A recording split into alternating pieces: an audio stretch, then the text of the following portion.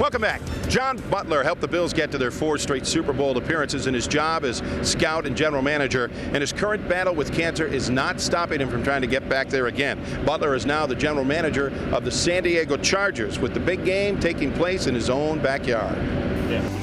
It's been 2 years since John Butler left the Bills and went west to San Diego. He presides over the Chargers' fortunes in a sparkling new training and office complex 5 miles from Qualcomm Stadium. But all is not well for John Butler. He was diagnosed with lung cancer last 4th of July, and he's locked in a life and death battle with the dreaded disease. Where are you as far as the cancer treatment right now, John?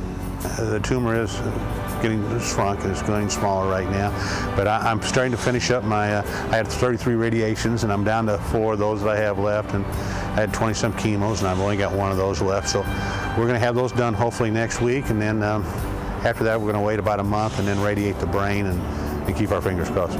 Butler had a run of good luck in his 14-year tenure with the Bills. He was a critical part of 4 AFC championship teams as a talent scout and the general manager. His departure from the Bills 2 years ago was sudden and bitter, but he says the bitterness is gone for the most part.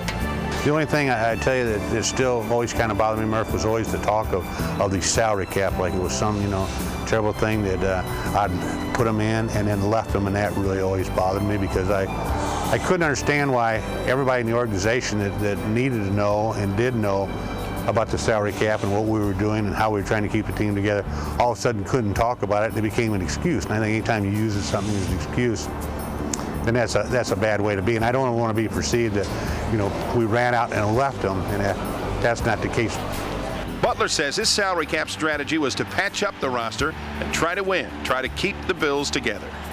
As much as we can, as long as we can, and we had to let go of a lot of outstanding players too during that time, but we fought through that. We said that's the way the cap situation is.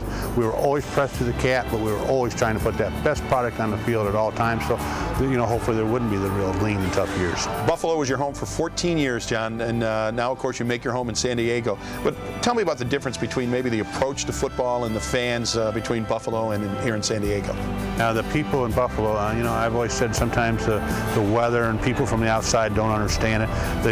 They're much maligned about the climate, but the thing about it that everybody overlooks, and they've never had a chance to do it, it's unfortunate, the great people in Buffalo. Alice and I and Andrea talk about it constantly and reflect back on it. Our love for the people there, the time we spent there, it's something we'll cherish forever. It's a new chapter in our life now. We're out here and we're going at it, but they'll never take the Buffalo out of us. That's a special place. John Butler continues to work through his illness. He spent last week in Mobile at the Senior Bowl.